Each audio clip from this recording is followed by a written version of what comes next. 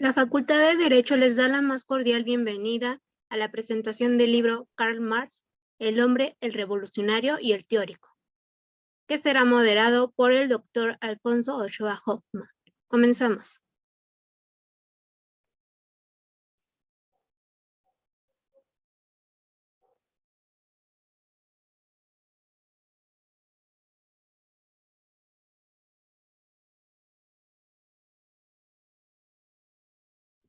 Buenas tardes, bienvenidos sean ustedes a esta presentación de este libro tan interesante sobre Marx, un libro que se publica a colación de los 200 años de su nacimiento y un esfuerzo compartido por profesores e investigadores del más alto nivel, en donde van a tratar de analizar la figura de Marx, no solamente en términos de ser un pensador, de ser un investigador, de proponer un método, sino la unión de todos estos elementos.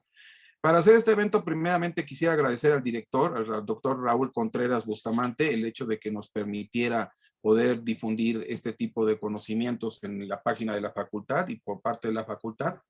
También quisiera agradecer a Israel Sandoval, al maestro Ricardo Rojas, al maestro Israel Sandoval, a la maestra Lorena Redondo, el hecho de que nos hubieran podido apoyar en todas las cosas necesarias para poder realizar este evento. Así pues, bueno, este evento va a estar compartido por 4 investigadores del más alto nivel. Nos acompaña la maestra Diana Fuentes de la UAM Xochimilco, nos acompaña el doctor Alejandro Nava Tobar del posgrado de la Facultad de Derecho, el doctor Sergio Pérez Cortés, también investigador de la UAM Xochimilco, de la UAM también Xochimilco, ¿verdad? Xochimilco, Iztapalapa, sí, ¿no? Y el doctor Jorge Rendón.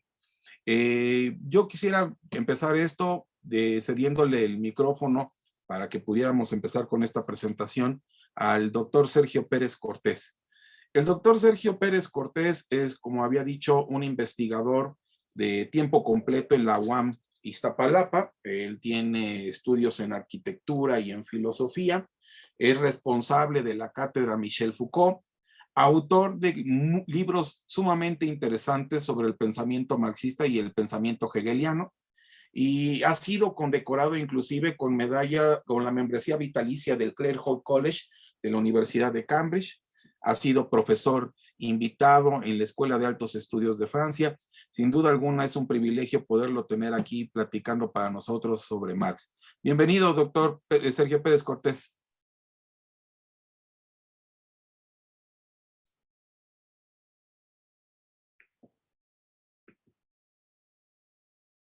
No se le oye, doctor. Tiene el micrófono apagado. Creo que ya lo logré. Bien, quisiera empezar por agradecer a la Facultad de Derecho el habernos acogido, a Alfonso por su siempre cordial recibimiento, a cada uno de ustedes y a cada una de aquellas que veo organizan este evento. Yo quisiera empezar por recordar que efectivamente esta iniciativa, este libro, esta iniciativa que concluye en un libro, se origina a celebrar los 200 años del nacimiento de Karl Marx. Y por ello, el título refleja la ambición que tenemos de referirnos a Marx bajo diferentes facetas, como hombre, como revolucionario y como teórico.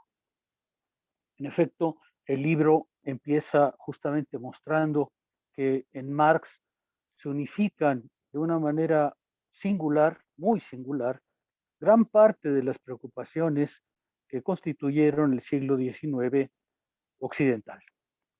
La emergencia y el asentamiento del capitalismo, la aparición creciente de una clase trabajadora que exigía no solamente reconocimiento, sino una profunda transformación, pero también la necesidad de comprender a las sociedades contemporáneas a las que Marx va a responder. El hombre, porque en los últimos años han aparecido una serie de biografías de Marx, algunas muy apreciables, otras en cambio mucho más malintencionadas, que intentan mostrar las debilidades del hombre, las inconsistencias de una vida, como si esto fuese una crítica a Marx. Por eso el libro empieza con un semblante que justamente le da el título global a la obra. Examinamos al hombre, examinamos al revolucionario y examinamos al teórico. Y a eso me voy a referir muy brevemente. Son muy pocos los seres humanos que después de su paso por la vida dejan tras de sí una concepción profundamente transformada del mundo que encontraron. Marx pertenece a ese grupo excepcional. En él se conjuntan las tendencias, problemas e inquietudes que aún conforman nuestra actualidad. Por eso hemos creído necesario referirnos a los diferentes aspectos de este individuo singular.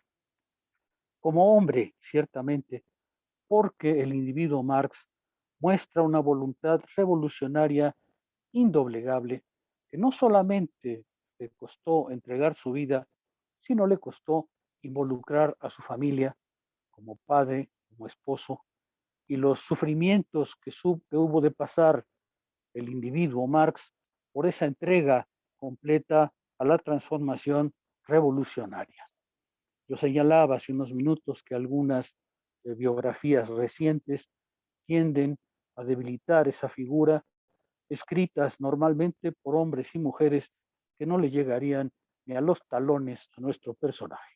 Entonces creo muy importante mostrar que el pensador es indisociable del hombre que amó a una mujer, del hombre que amó a sus hijas, del hombre que creyó firmemente en que la humanidad se encontraba lista para una transformación radical. Referirnos al hombre es recorrer con él, sin duda, los vericuetos de una vida, con sus fortalezas, sus debilidades, ciertamente, pero sobre todo la grandeza de alguien que supo entregar a un proyecto único toda su existencia, arrastrando a su familia. En el semblante que ustedes tienen al inicio del libro, por ejemplo, comenta el mismo Marx, le comenta al que fue su yerno, a La Salle, que ha entregado su vida a la revolución y que no se arrepiente, que si fuese necesario hacerlo otra vez, lo haría sin duda, pero no se casaría. ¿Por qué? Porque ha arrastrado consigo a su mujer, a Jenny, a sus hijas, y han pasado unos años de penuria y de heroísmo, a mi juicio, muy difícilmente comparables con ninguna otra persona. Como revolucionario también, porque Marx creyó que un cambio era inminente y participó sobre todo en la formación y la conciencia de la naciente clase obrera. Hay que recordar que a mediados del siglo XIX la clase obrera no tiene organizaciones propias todavía. Las primeras organizaciones nacionales obreras apenas se inician hacia la mitad del siglo XIX y son todavía más de orden regional que nacional. Cuando Marx y otros instituyen la primera internacional, fundan un primer proyecto global de la clase obrera como tal, que no solamente permitió su organización, sino le permitió a la clase alcanzar su conciencia de sí. Es indudable que la primera internacional de la que Marx fue uno de los fundadores es un momento importante de la historia occidental porque es la emergencia política de una clase nueva que a los ojos de Marx y otros transformaría las relaciones sociales. En esa formación de la clase, pero también en la conciencia de sí de esa clase, Marx juega un papel fundamental. La actualidad de Marx no está solo en su pensamiento, está también en ese impulso a la vez internacionalista por una parte y claramente asociado a un proyecto político de clase, el que hace que Marx sea parte de nuestra actualidad. Una gran parte de la conciencia obrera de la clase hoy no solamente se debe a la AIT, se debe también a las contribuciones de Marx, el revolucionario. Recordemos simplemente que esta entrega a la revolución, esta dedicación a la revolución, le va a costar a Marx varios exilios, no lograr formar hasta muy al final de su vida una familia estable y sin duda alguna repercute en la salud de un hombre que murió apenas a los 64 años. Finalmente, el teórico, porque Marx en un lapso de 25 años produjo una concepción de las sociedades modernas enteramente distinta a la concepción que encontró. En 25 años, Marx hizo el pasaje de una versión de las sociedades modernas a una transformación completa cuyos resultados, cuyas consecuencias aún están constantemente en nuestro presente. En el lapso de 25 años, y a eso me refiero cuando digo que es un monumento intelectual, en el lapso de 25 años, Marx transforma la concepción que tenemos de las sociedades modernas, transforma la concepción que tenemos de la historia de la humanidad y ofrece una visión de la que aún hoy no hemos podido salir. Si la semblanza se dedica a estos tres aspectos, en cambio, el resto del primer volumen en el que yo me concentro se centra mucho más en las partes teóricas de su legado. Las partes teóricas de su legado tienen una característica que me gustaría subrayar.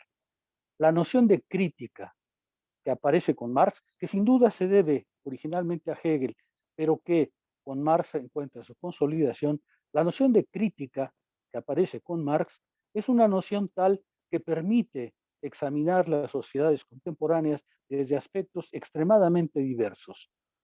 Marx ha mostrado cómo el capital no es solamente una manera de producir, es una manera de vivir, es una manera que tiñe no solamente nuestras vidas cotidianas, sino también nuestro pensamiento, nuestro cuerpo, nuestras ansiedades, nuestras expectativas, y ese tipo de crítica, ese tipo de análisis se refleja claramente en ese primer volumen. A mí me gustaría mostrar dos casos, dos ejemplos de este tipo de trabajo. El primero se encuentra en la sección llamada El Capital, Interpretación y Problemas, y se llama Trabajo y otros modos de vida. Este trabajo me parece especialmente interesante porque aborda un tema que en nuestros días se agudiza, el tema de la vejez de la clase trabajadora, la debilidad, el aislamiento, la manera en que las relaciones sociales contemporáneas han dibujado para los viejos un destino francamente lamentable. ¿Por qué? Porque por una parte son fuerza de trabajo a la que ya no se puede excluir, por otra parte no se les deja envejecer porque de lo que se trata es de absorberlos no solamente como capital, como consumidores, sino tratar de impedir que vivan una vejez correcta. El artículo me parece muy interesante porque lo que insiste es en esa tendencia en que ya no se puede envejecer correctamente, eso que se ha llamado una juventud eterna. Los viejos, y estoy pensando ahorita estrictamente en mí, los viejos ya no podemos envejecer. Tenemos que estar frescos como flores, tenemos que bailar a una edad en que hacemos unos espectáculos terribles, no podemos siquiera pensar que alcanzaremos una vejez digna porque hay una especie de juventud permanente que nos es ofrecida para no dejarnos completamente de lado. Marx lo que ofreció en ese momento es la manera de comprender cómo el capital, al absorber nuestras vidas, va dibujando por entero, va insertando en él mismo todos esos momentos de la existencia que la vida humana naturalmente tienen, pero que ahora cobran una forma particular debido a las relaciones en las que nos encontramos. Este trabajo me parece muy interesante porque afirma que habrá que revivir la lucha de clases para mostrar que aunque ya no podemos quizá hablar únicamente de una clase obrera, sí podemos hablar de una clase que llama fundamental, esta clase que ha entregado su vida entera al trabajo y que ahora se encuentra al borde de la marginación, cuando no al borde del olvido. El segundo trabajo al que me referiré se llama La reflexión en la teoría de la forma, valor de Marx, y se encuentra justamente en ese capítulo sobre el capital, interpretación y problemas. Este artículo me parece particularmente interesante porque vuelve sobre un tema que ha sido muy debatido entre nosotros, que es la relación conceptual entre Hegel y Marx. Marxistas muy importantes, y aquí el artículo cita a Luis Althusser, han, por ejemplo, insistido en que Marx tiene que ser independizado de Hegel. Hegel no es el antecedente de Marx porque Hegel tendría una visión de la historia y de las sociedades profundamente conservadora. El artículo es muy importante porque muestra que en realidad si queremos revitalizar a Marx, tenemos que hacerlo al interior de una filosofía como la de Hegel, que es una filosofía de la vida en transformación incesante. En la relación Hegel-Marx no se juega solamente una especie de antepasado ilustre más o menos reconocible de Marx mismo. Lo que se está jugando es una cierta concepción de la teoría, es una cierta concepción de la manera en que podemos enfrentar epistemológicamente los problemas que actualmente tenemos enfrente. Una lectura cuidadosa de la lógica de Hegel debe acompañar inevitablemente a una lectura del Capital porque los dos despliegan una forma conceptual que aún en nuestros días nos ha costado mucho comprender. El Capital es un monumento espiritual, pero es un monumento espiritual que requiere todavía un profundo trabajo para poder ingresar a él. Ingresar a él quiere decir enfrentar toda esa tradición que desde Hegel nos hizo ver que la historia humana tiene un sentido, tiene un significado. Y quizá esta es la lección que yo retendría de un trabajo también contenido en la primera parte, que se llama La emancipación humana en la filosofía de la historia de Marx y Hegel. Este artículo me parece interesante porque lo que intenta mostrar es que tanto en uno como en otro hay un proyecto claro, filosófico, evidente, que es justamente cómo hacer que la conciencia humana alcance un nivel, una conciencia de sí, una autodeterminación tal que podamos aspirar a un mundo nuevo, a un mundo diferente, a un mundo renovado. Como decía originalmente, en la relación Hegel-Marx no se juega solamente quién fue un ancestro ilustre, se juega en realidad cómo podemos pensar el devenir de la historia en Occidente al menos y la manera conceptual que tenemos de acercarnos. Termino mi intervención diciendo, creo que hay dos aspectos en Marx que el libro quiere revivir y que me gustaría insistir en ellos. Por una parte, el hombre, por otra parte, la verdad que el hombre develó. La verdad que Marx reveló conceptualmente es algo que se debió a la vez a su tiempo, pero también es algo que no está en su tiempo. Se debió a su tiempo porque los conceptos de Marx pertenecen a un momento de la historia social en que emergieron y son inseparables de ella. Pero esta verdad también está fuera del tiempo, porque el orden lógico, el orden conceptual en que se expresa esta verdad, no perece, no caduca, no se desgasta, no se agota, como sucede en realidad con el pensamiento científico genuino. Sus adversarios, los adversarios de Marx, pueden entonces intentar enterrar cuantas veces quieran al hombre, pero no podrán nada contra la verdad que descubrió, porque esta no está ni estará a su alcance. Gracias. Muchas gracias, doctor Sergio Pérez Cortés. También para hacer esta presentación y dedicado propiamente al tomo 1, que es el tomo 1 del libro, se encuentra aquí el doctor Jorge Rendón Alarcón. El doctor Jorge Rendón Alarcón es doctor en Ciencias Sociales, es profesor investigador del Departamento de Filosofía de la Universidad Autónoma Metropolitana en la unidad de Iztapalapa.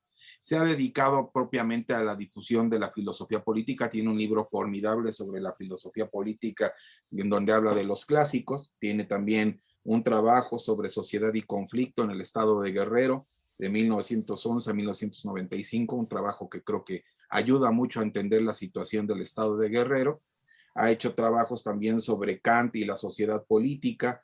Ha trabajado también sobre temas como la democracia. Él, conjuntamente con el doctor Sergio Pérez Cortés, son los encargados de la coordinación del primer tomo Y cedo la palabra al doctor Jorge Rendón para que nos platique de este libro. Bueno, muchas gracias. Yo primero agradecer al doctor Ochoa Hoffman su invitación y desde luego a la Facultad de Derecho.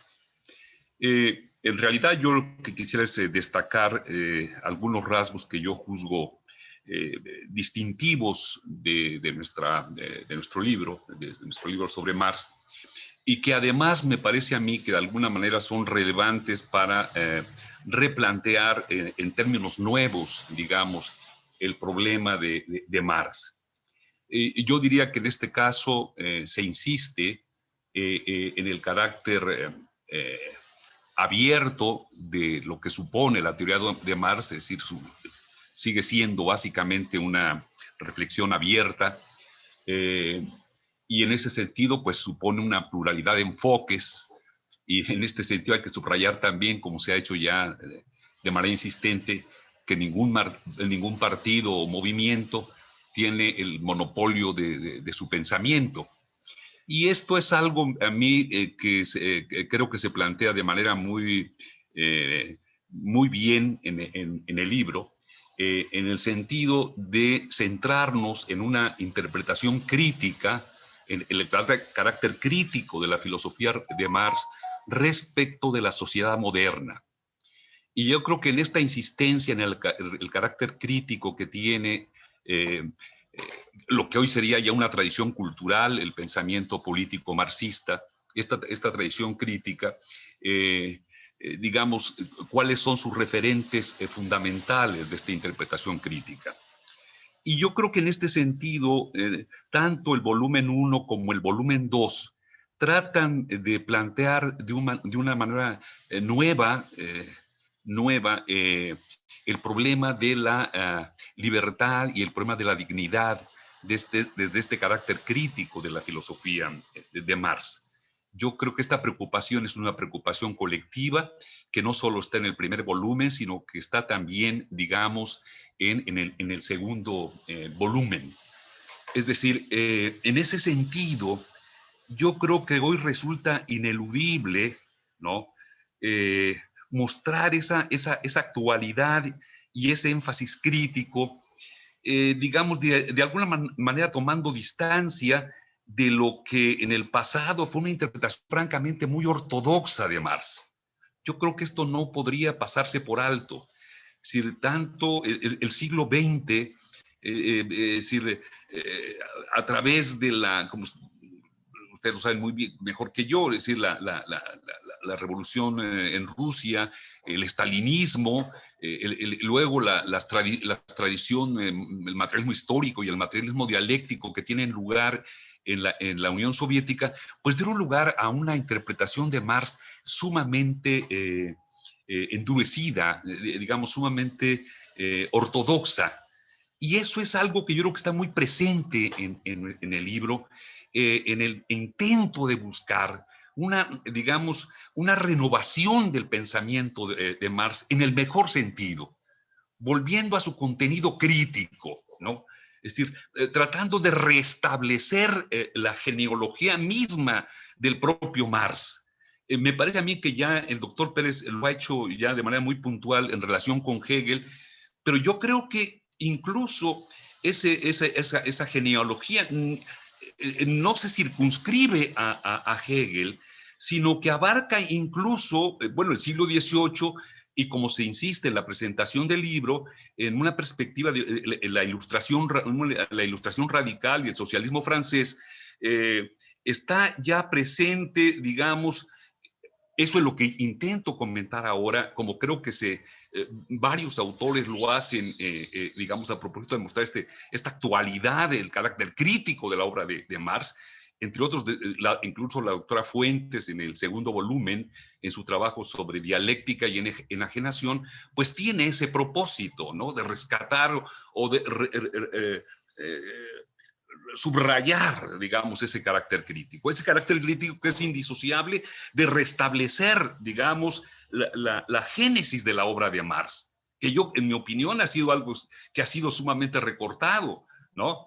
incluso en relación a Hegel, es decir, es más o menos reiterado esto de que la idea de que en realidad Marx ha puesto a Hegel sobre sus pies y de ahí para adelante. Bueno, yo creo que eso nos muestra una y otra vez una visión muy ortodoxa del problema y la imposibilidad de afrontar el problema, por ejemplo, como lo sugiere la doctora Fuentes en su trabajo, de este problema del problema de la alienación, ¿no? Como consideración crítica del orden social. Es decir, esta consideración crítica del orden social que, en mi opinión, no se remite solo a Hegel, sino a la Ilustración francesa y en particular, diría yo, incluso a Rousseau, como intentaré subrayar, ¿no? En ese sentido, bueno, lo que había que decir es entonces, ¿qué es lo privativo del enfoque sobre el problema de la libertad y de la dignidad humana en Hegel? ¿Qué sería lo propiamente destacable en relación a este problema de la libertad y la dignidad humana? Y bueno, yo creo que lo fundamental es el hecho de que para Marx el problema de la libertad es un problema práctico, ¿no? Teórico, pero fundamentalmente de orden práctico. Es decir, el problema de la libertad no es un problema que se circunscriba a su teorización, digamos, como pudo ocurrir con la tradición del liberalismo digamos, imputar al ser humano derechos innatos e inalienables, sino plantearlo como lo plantea Marx, es decir, como un problema fundamentalmente de orden práctico. Y me parece a mí, en esa concepción práctica del problema de la emancipación humana y del problema de la libertad humana, que es absolutamente importante, digamos, el vínculo con Hegel, ¿no? El vínculo, digamos, este problema de la alienación, que yo creo que está remitido en el caso de Marx a la fenomenología, ¿no? Que incide en los manuscritos. Creo que esta es una cuestión, digamos, central del problema, ¿no? Este carácter práctico del problema de la libertad. Yo ahí, si ustedes me lo permiten, yo incluso quisiera recordar cómo plantea la idea esta Marx en El Capital, ¿no?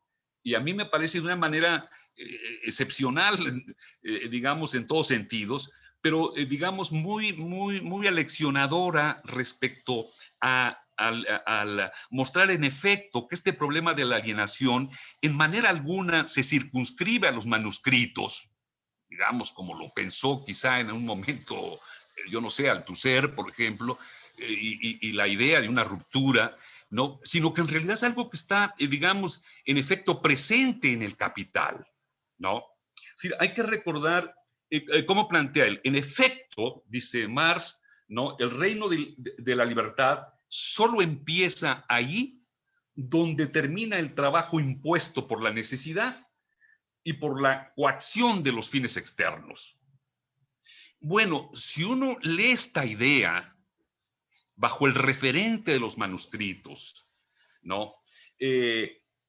Digamos que el asunto visto hoy en una perspectiva actual, es decir, uno en efecto puede ahí, digamos, tener muy presente que el problema de la alienación es indisociable, digamos, del carácter del capitalismo. Pero el énfasis al final está también en la coacción de los fines externos. Sí, en efecto, la coacción en el siglo XIX, aquella que tiene de manera inmediata Marx, es la coacción económica, ¿no? Y en ese sentido, digamos, el problema de la alienación se centra en el problema del trabajo enajenado, ¿no? Pero yo pensaría que este problema, pensado en la tradición de Hegel, y yo creo de Rousseau, como subrayaré después, ¿no? Digamos, no puede dejar de pensarse en el carácter coactivo como el elemento también, digamos, decisivo respecto del carácter opresivo de las sociedades modernas. ¿Sí? ¿Qué podríamos pensar, por ejemplo, de esta concepción de la libertad después del estalinismo? ¿Qué podríamos pensar de esta definición después de la, digamos, de la caída del socialismo real? Sí, en efecto, uno no puede ver estos dos aspectos, ¿no?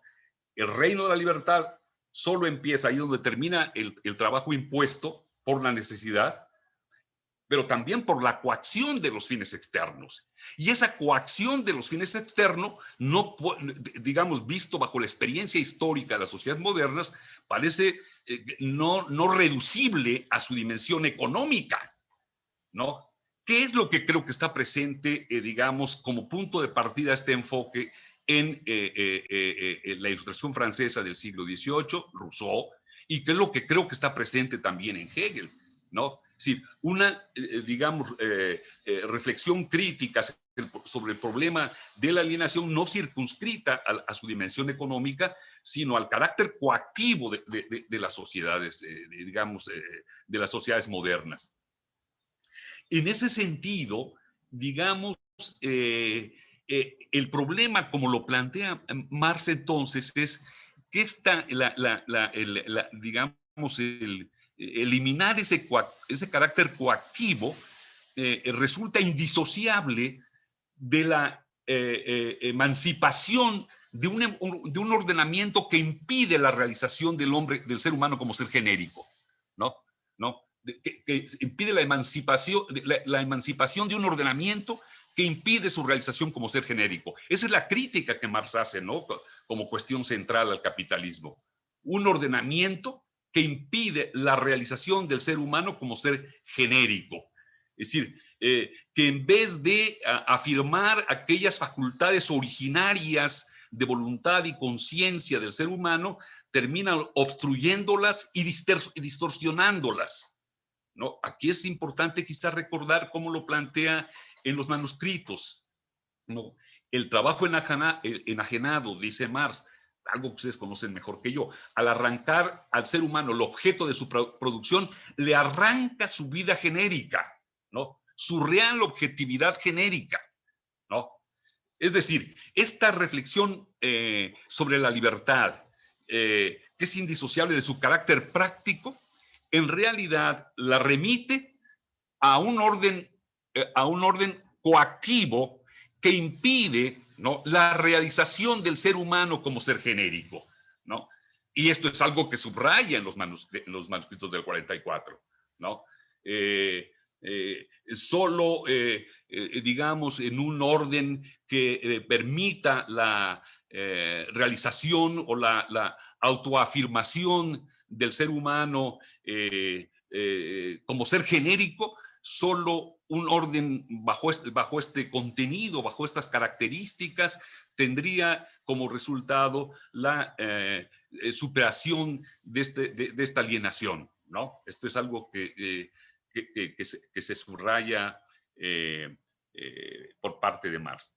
Bueno, se ha insistido mucho, sobre todo en la tradición de los autores marxistas, ¿no?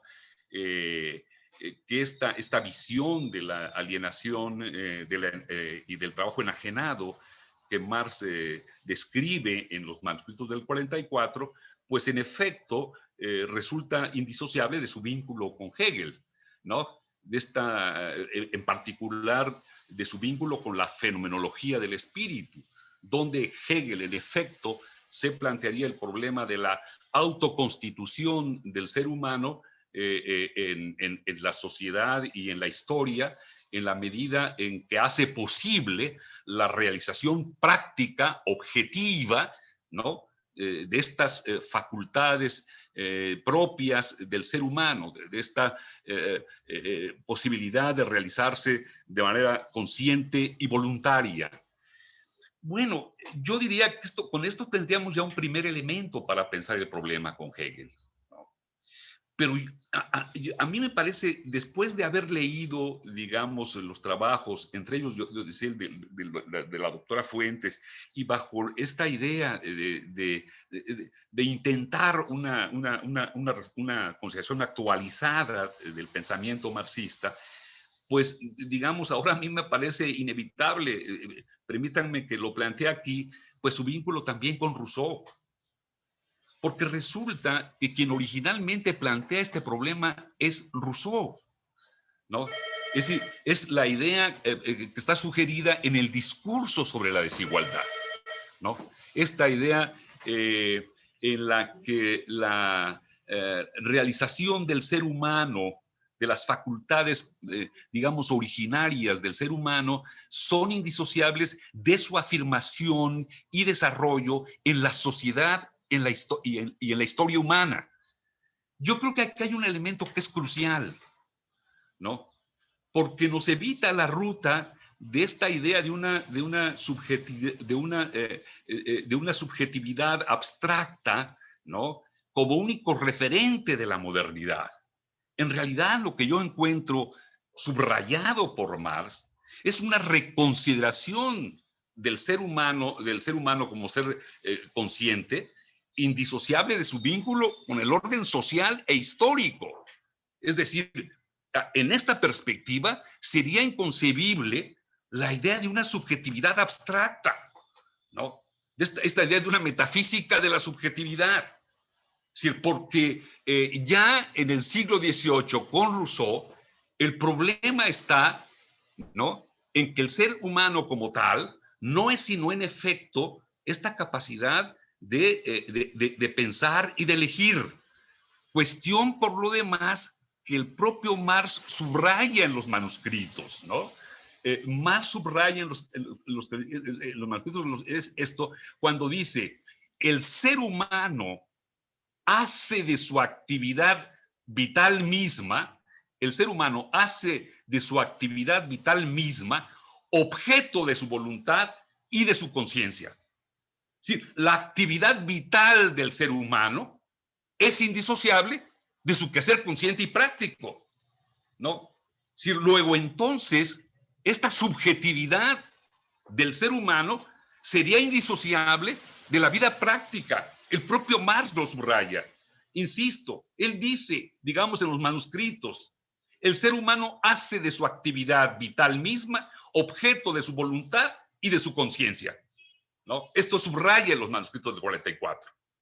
Luego entonces, ¿no?, es decir, el quehacer consciente práctico solo se configura objetivamente en el ámbito de la sociedad y de la historia práctica. Y yo creo que en este sentido, el discurso sobre la desigualdad aparece como un referente fundamental, ¿no? Puesto que el propio discurso de la desigualdad rompería ya con la idea de un sujeto subjetivo o con la idea de este sujeto, de un yo subjetivo, digamos, inherente a las sociedades burguesas, o más bien en el contexto de la sociedad burguesa, ¿no? Yo creo que lo que se enfatiza es, digamos, esta condición originaria del ser humano solo resuelta histórica y socialmente. Luego entonces el orden político como el orden económico, en efecto, no pueden tener sino un carácter coactivo o afirmativo de esta realización del ser humano como sujeto consciente práctico, que es algo que está presente en los manuscritos, que en efecto se remite a la fenomenología del espíritu, pero que no solamente se remite a la fenomenología, que hay ahí otra tradición en Rousseau, ¿no?, que por su parte da lugar a la concepción de una democracia radical, ¿no? Completamente contrapuesta, ¿no?, a una visión de la modernidad circunscrita, digamos, al liberalismo burgués, ¿no?, como se insistió en el siglo XX.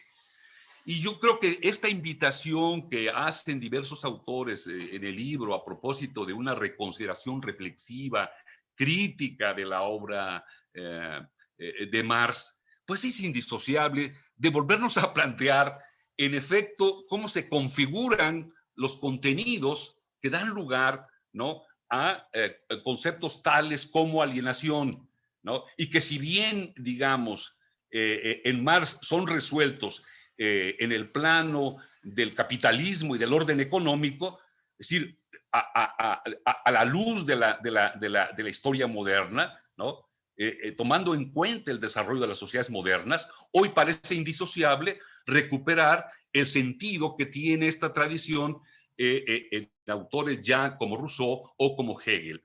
Bueno, perdonen ustedes, pero yo lo que quería hacer aquí es más bien como una especie de homenaje también a esa invitación de actualizar, digamos, la reflexión que repetidamente se sugiere en el libro, y yo creería que esa es una de sus mayores virtudes, ¿no? Tratar de enfocar de una nueva manera el problema de la actualidad de Marx y mostrar cómo en efecto su crítica no solamente se confronta con la dimensión económica del orden moderno, sino que se confronta con la dimensión coactiva de la modernidad, ¿no?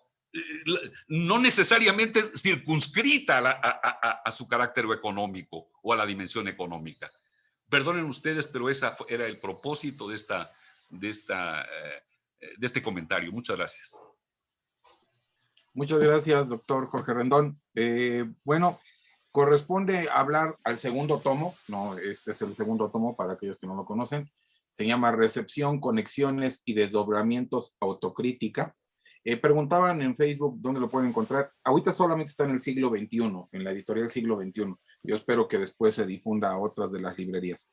Bueno, pues corresponde hablar, pues estamos de manteles largos, ¿no? A la doctora Diana Fuentes, maestra Diana Fuentes. Es candidata a doctora, aunque para aquellos que conocemos su trabajo ya debió haber tenido el doctorado por méritos desde hace mucho tiempo, porque tiene un trabajo excepcional. Ella fue discípula de Bolívar Echeverría, ¿no? La gran mayoría de nosotros la conocemos por eso. Estudió su licenciatura en la UNAM en filosofía, tiene la maestría en filosofía también por la UNAM y ahorita estás terminando un doctorado en filosofía política por la UAM. Tuvo el privilegio de trabajar en instancias de investigación, por ejemplo, con Michel Lowy, ¿no? Un distinguidísimo pensador francés, y ha hecho varias aportaciones en libros que valen la pena leer, ¿no? Muchos inclusive comentarios a la obra de Echeverría, a la obra de Marx, que sin duda alguna yo creo que nos va a alimentar. Cedo la palabra a la doctora Fuentes, a la maestra Fuentes, perdón por la necedad, pero es a la maestra Diana Fuentes, que sin duda alguna nos va a deleitar con su exposición. Muchas gracias por la generosa presentación, muchas gracias a los, pues a quienes están detrás de todo el trabajo de estos dos volúmenes, de estos libros. Siempre es un trabajo encomiable sacar unos libros en condiciones adversas como una pandemia también. Entonces, es muy generoso, bueno, a Gustavo Leiva, por supuesto, a Sergio Pérez y a Jorge Rendón por haber coordinado estos dos volúmenes, que compilan una veintena de autores con temas muy diversos. Yo recuperaría algunas de las palabras dichas anteriormente porque me parecen muy apropiadas para poder entrar ya a hablar del segundo volumen. Y decía Sergio Pérez un poco que había la necesidad, ¿no? También de salir de la ortodoxia, y yo diría salir del dogmatismo del marxismo, ¿no? De una buena parte del marxismo que sin duda se dedicó a repetir una serie de ideas generales sobre lo que presuntamente habría dicho y hecho Marx, y que fueron, pues sí, muy acríticos. Pero también habría otro dogmatismo, creo yo, ¿no? El dogmatismo, digamos, ajeno al marxismo, que también de pronto repite muchos lugares comunes de lo que presuntamente pensó Marx, de lo que dijo Marx y de las consecuencias de su pensamiento, y que creo que hoy estamos en la oportunidad de desmontar de manera crítica, creativa, lúdica incluso, pues porque finalmente tampoco ya tenemos la carga política que nos obliga a tener una visión única y una lectura exclusiva, ¿no? De la obra. Entonces creo que esa es una ventaja. Pero como decía también Jorge Rendón, yo recuperaría esta idea sobre que yo comparto la lectura de que en el centro de la reflexión de la crítica de la economía política de Marx lo que está es el problema de la libertad humana, pero como un problema práctico efectivamente, y diría yo, por tanto, es un problema, diríamos, desde la perspectiva de la crítica, relacionado con las condiciones de posibilidad de la libertad. Y si esto es así, entonces se vuelve central la forma en la que Marx analizó y pensó el capitalismo. Es decir, Bolívar Echeverría solía decir que Marx era un gran desconocido, y yo estoy de acuerdo con él, porque, digamos, de alguna manera el icónico Marx, al mismo tiempo, de pronto, pues su obra, lo que él consideró su obra más importante, El Capital, es profundamente desconocida. Y ahí está la descripción de Marx de las condiciones de posibilidad históricas o no de la libertad, de la concreción de la libertad. De modo tal que, bueno, hablar de este par de volúmenes, pero concretamente el segundo, me lleva pues a ver un conjunto de ensayos en donde sin lugar a dudas queda claro que separar a Marx de los marxismos es algo no solo difícil, sino quizá innecesario, ¿no? Yo no sé qué tan necesario sea realmente decir acá está Marx, el puro Marx, y acá está los marxismos. Creo necesario aproximarse a Marx, pero también conocer la diversidad de los marxismos, y creo que el conjunto de ensayos que configuran precisamente este segundo volumen son muestra de ello. Puesto que en realidad aquí lo que vemos son lecturas ciertamente, pues eso, que intentan abrir campos, que intentan hablar de temas que no son incluso los tradicionales. Hay 2, 3 ensayos prácticamente dedicados a Marx y la literatura, cosa que aplaudo, que celebro. Y también hay otros intentos problemáticos. Está el texto de Alejandro Nava, que es un intento problemático que hay que conversar, ¿no? Muy interesante, y que llevan a esto que también la intervención de Jorge Rendón me hace pensar, ¿no? En la presentación que hacen a los 2 volúmenes, insisten en la idea de las 3 tradiciones que se han reconocido tradicionalmente como parte del marxismo, ¿no? El idealismo alemán, por supuesto, por una parte, la economía política y la tradición democrático radical. Pero yo creo, y aquí comparto con Michael Levy, la idea que es retomada por Gustavo Leiva en su ensayo, de que habría quizá una cuarta tradición del marxismo que habría que reconocer, y que es la de ese romanticismo anticapitalista radical, no el romanticismo conservador tradicionalista, sino en ese radical que estaría en ese Rousseau del discurso sobre la desigualdad, ese que estaría también en esa lectura que hacen algunos de los textos, ¿no? Quisiera concentrarme en algunos de ellos. En el texto, por ejemplo, en la sección que se llama justo así, referida a Marx entre la literatura y la historia, y que nos lleva a un texto en el que se habla del 18 brumario y el materialismo histórico desde una perspectiva que lo lee en relación a la literatura, ¿no? Es bien sabido, bueno, cualquiera que haya leído a Marx con cierto apasionamiento, pues sabe que ahí transitan en sus páginas no solo un sinnúmero verdaderamente alucinante de autores, de economistas, sino de literatos, ¿no? Y que esa ironía finísima con la que juega Marx, que lo lleva a convocar a Balzac, que lo lleva a traernos a Shakespeare incesantemente, las metáforas vampíricas que utiliza en El Capital, de esas influencias que están ahí. Y de pronto, pues eso, pensar quizá no solo en la forma en la que estaría presente el juego, hay otro texto que también hace un análisis entre Marx por una parte y Flaubert por la otra, y en la que se piensa, por ejemplo, en las afinidades selectivas que hacen los autores ahí, para de pronto agarrar digamos, términos, conceptos que no vendrían de la tradición filosófica o económica, ¿no? A mí en El Capital me gusta siempre señalar que cuando Marx quiere referir el núcleo de la teoría del valor y hablar de qué cosa es el trabajo, dice, es una gelatina, ¿no? Es una gelatina. Y entonces yo digo, bueno, aquí Althusser, ¿de dónde sacó que gelatina es un concepto, un término tan absolutamente científico, ¿no? Y entonces hay términos, hay préstamos ciertamente, y entonces la presencia de la literatura en Marx se rescata por varios de los textos del segundo volumen y me parece muy importante. Sin embargo, hay, por ejemplo, en el texto que se llama así El 18 brumario y el materialismo histórico, y que refiere a esta presencia de la literatura, también saltan al aproximarnos a estos ensayos otros problemas clásicos que el marxismo ha tratado, ¿no? Por ejemplo, ahí se piensa en cómo, si no es que acaso, más allá de que haya alusiones literarias en la obra de Marx, ¿cuál es la apreciación que tiene realmente Marx sobre la literatura y el arte? Que este ha sido un tópico que ha atravesado, digamos, la tradición marxista prácticamente desde sus inicios, ¿no? Pero hay una cuestión, ¿no? Lo cito textual, se dice ahí, la revaloración de la libertad abre la puerta, ¿no? A considerar que no toda producción intelectual está condenada a ser ideología, sino que puede ser auténtica literatura. Recupero esta breve cita porque digamos que se hace alusión a la idea de que es posible recuperar una lectura de Marx en la que se ponga en el centro la libertad y entonces cuestionar desde ahí si, digamos, la literatura no debe ser pensada como ideología. Yo pensaría que acá lo que se cuela es una discusión también muy antigua, ¿no? Una discusión que nos lleva a pensar si la ideología es única y exclusivamente aquello que pensaron ciertos autores muy dogmáticos como falsa conciencia, ¿no? En varios de los ensayos también se recupera la famosa, Gramsci decía metáfora, Gramsci decía hay que pensarlo como una metáfora, no como una distinción terminológica efectiva, ¿no? Entre estructura y superestructura que en realidad aparece solo una vez en la obra de Marx. Pero en varios de los ensayos se trabaja desde esa oposición y pues esto nos permite traer a cuento discusiones muy clásicas, o sea, volver a leer a Marx, introducir este tipo de elementos, permite volver a traer discusiones que las variantes del marxismo han puesto sobre la mesa durante tantos años y que vale la pena también conocer, ¿no? Entonces, en este texto, por ejemplo, en realidad yo lo que leo, mi lectura me permite decir, aquí se está, ¿no?, entreverando el problema, por ejemplo, de la ideología y cómo entender finalmente la ideología.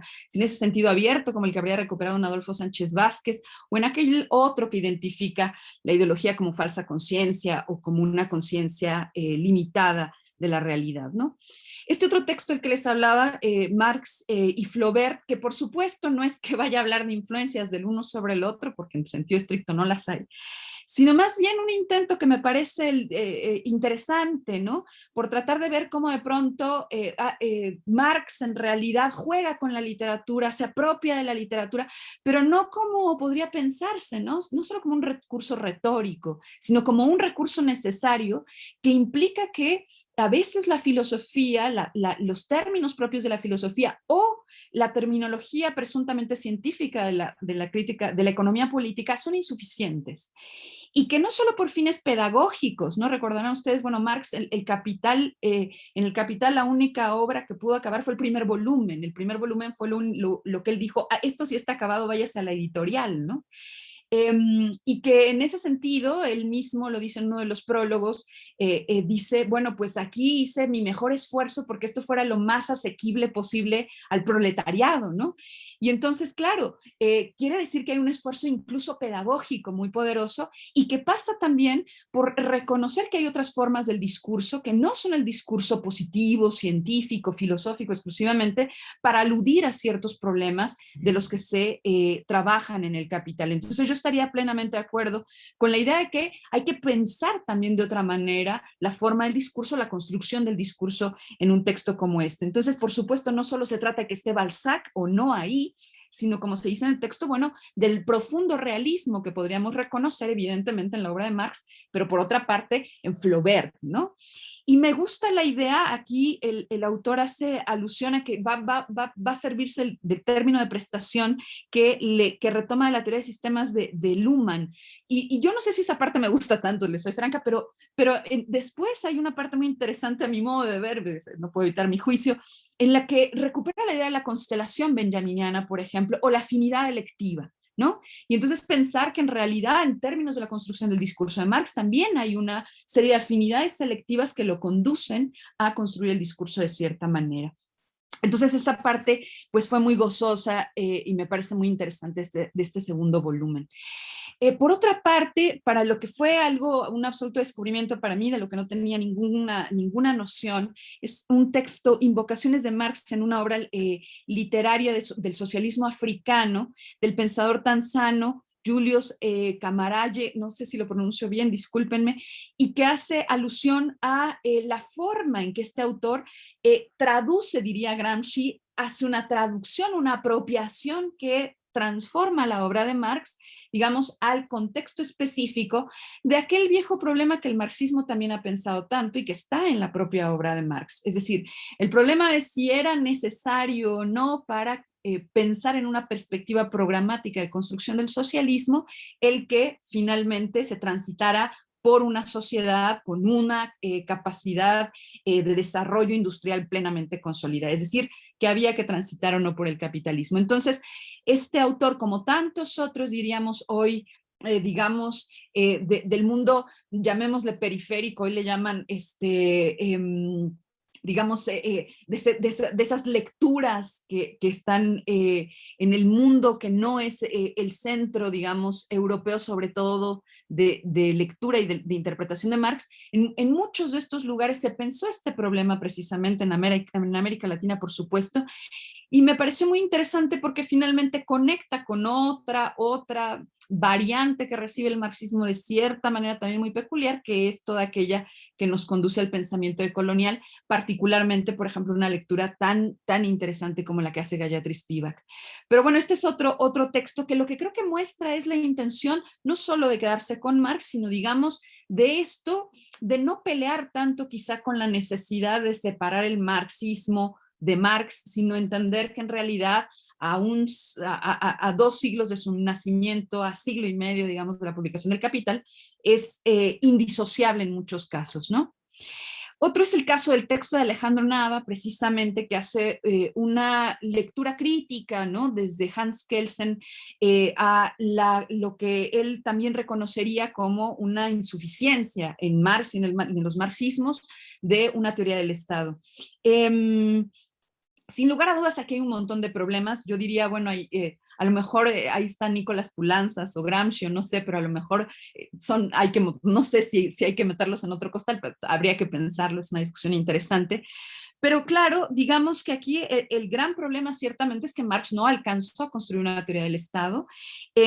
Y por supuesto, el problema fundamental ahí en el centro está en si es posible tener un ordenamiento social sin Estado, en términos generalísimos, ¿no? Si es posible darnos un orden social sin que haya Estado, o reconociendo además aquí estamos en la Facultad de Derecho, si es necesario un ordenamiento jurídico, legal, que digamos esté articulado al Estado. Y el gran problema, creo yo, claro, es que es el Estado burgués, el Estado moderno, ¿no? El tema fundamental. Y yo coincidiré plenamente con Alejandro en el sentido de que una posibilidad es hacer una lectura no instrumentalista del Estado, ¿no? Es decir, no el Estado como la herramienta de clase exclusivamente, porque eso nos da una perspectiva, creo, efectivamente muy limitada. Y creo que la posibilidad, en todo caso, de encontrarle desde la propia tradición marxista una lectura crítica estaría en aquellas versiones que nos permiten pensar en el Estado, eso más allá de la herramienta de clase, o más allá de algo que parece en términos a veces discursivos una suerte de estructura inamovible, ¿no? Todopoderosa, que ejerce un poder unidireccional sobre los sujetos que sirven de soporte del mismo, ¿no? Entonces yo creo que ahí ciertamente hay un montón de discusiones bien interesantes y finalmente pensar, digamos, de alguna manera, yo sí creo que el presupuesto de Marx es que hay que superar el Estado, pero que superar el Estado supone superar en realidad el Estado en su forma histórica, específica, concreta, contemporánea, que es el Estado burgués, y que por lo tanto está así de alguna manera aquella idea de que es necesario superarlo para la construcción de una otra cosa. ¿Cuál es esa otra cosa? Bueno, eso ciertamente es una pregunta abierta. Pero bueno, sin lugar a dudas, creo que en esto compartiría con Alejandro la idea de que hace falta, yo creo que hace falta mucho hoy por hoy volver a una lectura crítica incluso desde el propio marxismo a qué cosa es el Estado, ¿no? Porque a veces yo creo que desde la propia izquierda, tanto como de la derecha, las versiones más conservadoras o liberales, se asume que el Estado es una estructura fija, ¿no? Se asume que el Estado es una suerte de superpoder sobre la sociedad.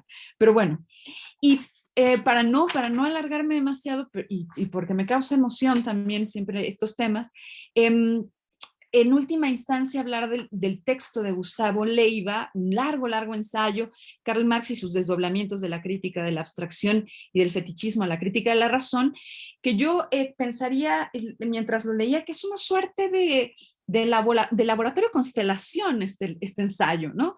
Porque un poco lo que hace la primera parte del texto Gustavo es hacer un análisis de la primera sección del primer volumen del Capital, digamos un poco llevándole, ¿no? el paso a Marx para ir desplegando este entramado que se va pues elaborando ahí, y cuando uno lo va leyendo creo que va descubriendo cuál es el fin de haber hecho esa transición, ¿no? Y me parece que ahí, bueno, pues ya ahí sí mis afinidades selectivas con el texto son muchísimas, porque aparece, digamos, yo el que creería es una figura centralísima para lo que sucede con el marxismo, sobre todo a partir de los años 50, y que es, o los 40, por supuesto, por la influencia específica que tuvo en la Escuela de Frankfurt, Georg Lukács, y el texto Histórico y Conciencia de Clase, específicamente la cosificación y la conciencia del proletariado, ¿no?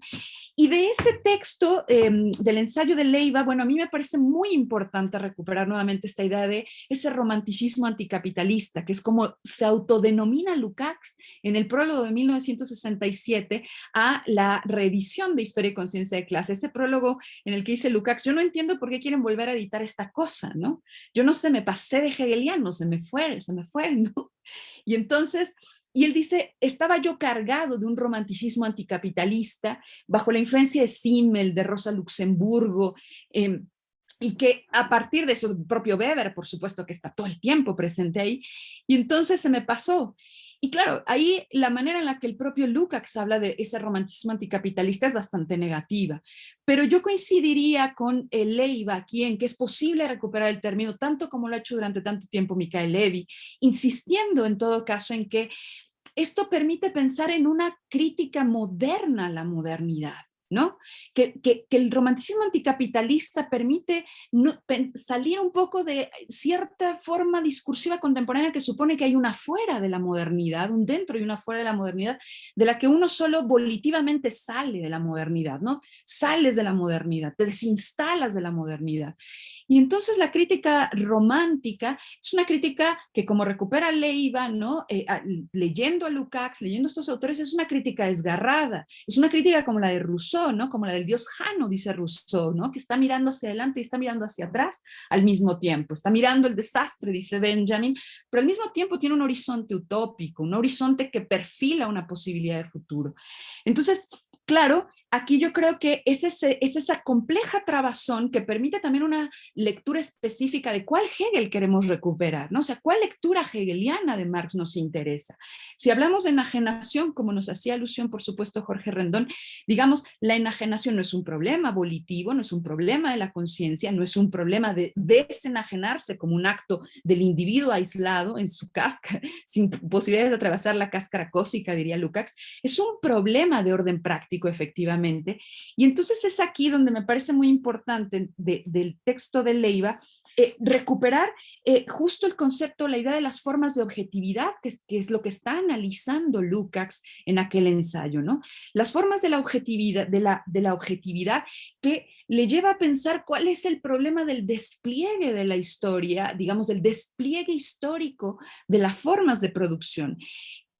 Finalmente, Lukács construye ese célebre texto como un lector cuidadosísimo del Capital. No conoce los manuscritos del 44 porque no se habían publicado. Y entonces su teoría parte solo de la lectura del Capital. Y entonces cuando uno lo va trabajando se deja ver, ¿no? Cómo deriva de ahí la cuestión. Pero yo creo que es esa posibilidad entonces la de reivindicar el problema entonces de la crítica a la reificación social que está en Marx, que está recuperada por Lukács, y que entonces permitiría pensar también que el problema de la enajenación es un problema, como diría Lukács, de orden objetivo, no solamente subjetivo. Es que estructura las relaciones sociales, y de ahí la centralidad del concepto de relación social para el marxismo. Entonces, bueno, evidentemente el propio Leiva conduce esto, digamos, a reconocer, ¿no? Esa constelación tan fascinante, bueno, a mí me parece fascinante que nos hace pensar en Simmel, ¿no? En la filosofía del dinero, en Weber y el problema, por supuesto, de la racionalización de la sociedad moderna, esa racionalidad matematizante, instrumental, diría, recuperaría también después Horkheimer, y que fue fundamental precisamente para estos autores, Adorno, Horkheimer, Benjamin, todos reconocen el impacto profundo que tuvo en ellos Historia y Conciencia de Clase, ¿no? Y después, bueno, esto lo lleva a Alfred Sonrettel, que yo reconozco, no he trabajado, y entonces mi aproximación no puede ser más que pobre, pero que el propio texto de Leiva me deja ver algunos de los elementos centrales que habría que recuperar para esta genealogía, insisto, laboratorio que nos conduce a crear una constelación muy específica de la lectura de Marx, ¿no? Y que tiene que ver efectivamente con, digamos, cuál es el centro, cómo entender el problema de esa dimensión abstracta de la que nos hablaba también Jorge Rendón de la realidad. Es el problema, la abstracción de esa dimensión, de esa construcción de lo social en términos de su abstracción, en términos de la valorización de valor. Y entonces me parece que ahí es muy interesante. Y bueno, entonces para cerrar, ¿no? Creo finalmente que en este ensayo, como en el resto de los ensayos que constituyen este segundo volumen, tanto como el primero, lo que vemos son, pues, intencionalidades críticas diversas, con, digamos, también instrumentales teóricos muy distintos, algunos de ellos poco ortodoxos, diríamos, dentro de la tradición de las tradiciones marxistas, cosa que está bien porque nos hace falta discutir. Y al mismo tiempo, pues creo yo también esta intencionalidad crítica que supone la necesidad de leer a Marx, de aproximarnos a Marx y justo quitarnos el dogmatismo de los prejuicios de lo que presuntamente habría dicho Marx, pero que no necesariamente dijo él. Entonces, pues les agradezco nuevamente y con eso cierro. Muchas gracias, maestra Fuentes. ¿No? Ven lo que les decía, ¿no? Que por mérito debería ser reconocida por doctor.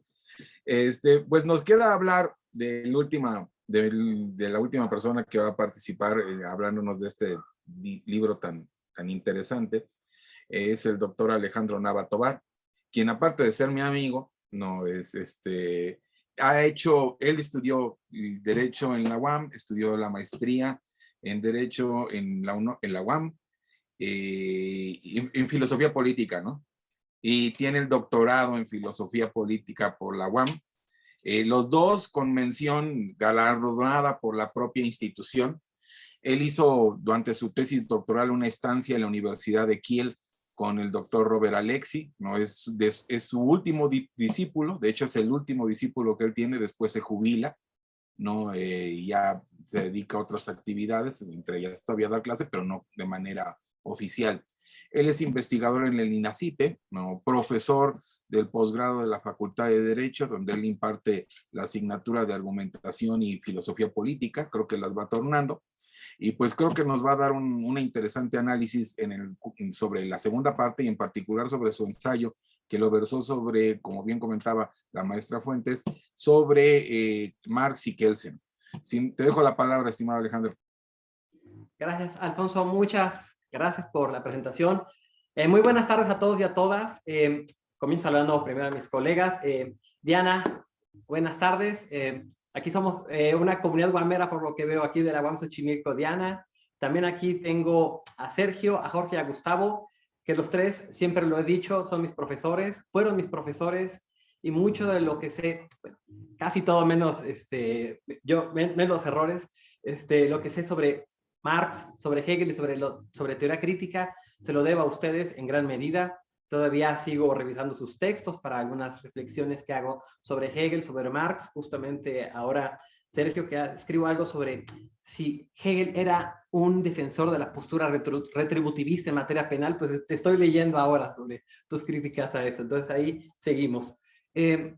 Agradezco mucho a la Facultad de Derecho por este espacio que nos dan. Efectivamente parece algo extraño, ¿no? Usar una plataforma de la Facultad de Derecho para hablar sobre Marx, sobre todo en contextos en los cuales Marx no ha tenido una recepción de lo más adecuada en las facultades de Derecho. Ya bien Diana hablaba sobre el tema de Marx, los marxistas, y efectivamente hay una tercera categoría, el de los marxólogos, personas que hacen interpretaciones, no sé si decirlo, erróneas o sesgadas de Marx, tanto de posturas en favor de Marx como de críticos del marxismo que hay. Entonces también es bastante importante señalar este aspecto.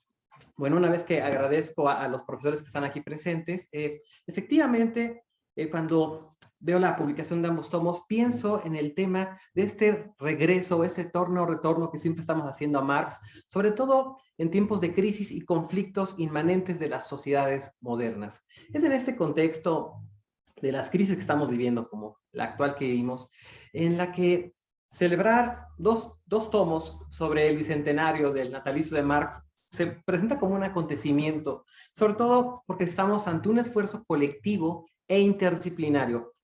Por ejemplo, señalo que, como ya lo han dicho otros aquí colegas, hay reflexiones desde la filosofía, desde la literatura, reflexiones de las ciencias sociales y de las humanidades en general sobre Marx y que han sido elaboradas por un buen número de colegas, hombres y mujeres que aparecen en ese tomo. Efectivamente, como ya lo había dicho Sergio en algún momento, tanto en su invitación a la lectura en la página 9 como en la página 63 de su ensayo que está aquí, estamos ante un gigante del pensamiento, ¿no? Hablar de Marx es hablar de un gigante del pensamiento.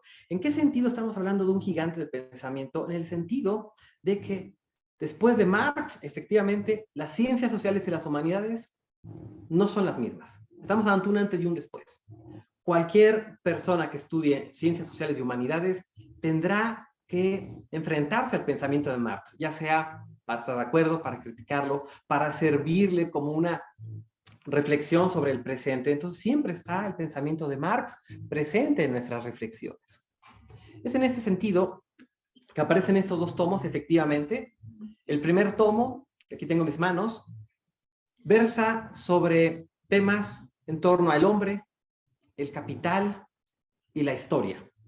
Bueno, ya Sergio y Jorge han hecho algunos comentarios sobre el primer tomo. Efectivamente, ya no tengo que hablar más de ello. Hay trabajos ahí muy, muy interesantes. Sobre todo aquí Sergio hablaba sobre el trabajo de Javier Valladares, donde si es posible o no leer a Marx independientemente de Hegel. Pues obviamente yo sí creo que tienen que leerse tanto Hegel y Marx. Me parece un error, hablando de que estamos en la Facultad de Derecho, que muchos juristas que se autonombran críticos intentan leer a Marx, pero como nunca han intentado ni siquiera abrir una página de Hegel, pues no entienden sobre qué está, no entienden la lógica del concepto que subyace al pensamiento de Marx. Eso creo que es algo que también Alfonso lo sabe muy bien, que él da clases en la Facultad de Derecho. Pero bueno, son temas internos de la facultad. Bien, y también el trabajo de Jorge, que fue mi profesor también, justo estaba leyendo tu trabajo, Jorge, y pienso que ya faltan 2 años para el centenario de la obra de Lukács, sobre historia y conciencia de clase. Yo creo que vamos a tener que pensar un poco con Lukács sobre esos temas. Yo me voy a centrar en el tomo 2, que bueno, fue el que a Diana a mí nos correspondió hablar. El tomo 2 aquí lo tengo. Me da un poco de pena porque Diana tuvo que leer el ensayo de Gustavo, que es muy rico y muy amplio. Entonces me siento un poco, un sentimiento de injusticia, porque efectivamente el ensayo de Gustavo es un ensayo muy rico, muy amplio, muy detallado. Yo, bueno, no sé, jamás creo que había visto el nombre al que se refiere Gustavo, el de Alfred von Rethel. Entonces dije, bueno, no sabría qué decir en ese aspecto. Entonces, bueno, ya lo dijo Diana, una muy buena síntesis y crítica de los trabajos, comentarios. A mí me toca hablar de algunos trabajos que están aquí, que me parecen muy interesantes, porque efectivamente es un trabajo, estos 2 tomos son trabajos, son producto de un esfuerzo colectivo e interdisciplinario que hay. En este contexto, leí trabajos que tienen que ver con diversas obras fundamentales del pensamiento de Marx, tanto el manifiesto del Partido Comunista, como también algunas lecturas sobre los manuscritos económico-filosóficos y también del trabajo sobre el capital. En ese sentido, pues destaco, como toda invitación a la lectura tiene que ser, los puntos que me parece que pueden ser de bastante interés, no solamente para juristas que estamos en la Facultad de Derecho, sino también para personas del campo de todas las ciencias sociales y las humanidades, en torno a por qué es importante leer a Marx hoy. Entonces, en ese sentido, está este trabajo de Margarita Olvera, titulado El manifiesto del Partido Comunista como discurso de la modernidad futurista, una lectura historiográfica desde la historia conceptual. Aquí, efectivamente, Margarita señala algo muy importante. El manifiesto del Partido Comunista es uno de los textos fundacionales de la cultura moderna. Esto es algo que no nos puede quedar duda sobre la importancia de este texto. Aquí lo que propone Margarita es hacer un ejercicio de lectura del manifiesto del Partido Comunista como discurso de la modernidad futurista. Esto es, analiza el manifiesto del Partido Comunista desde una perspectiva hermenéutico-fenomenológica de la teoría sociológica de la teoría historiográfica contemporánea vinculada a los aportes del llamado giro lingüístico y de la historia conceptual.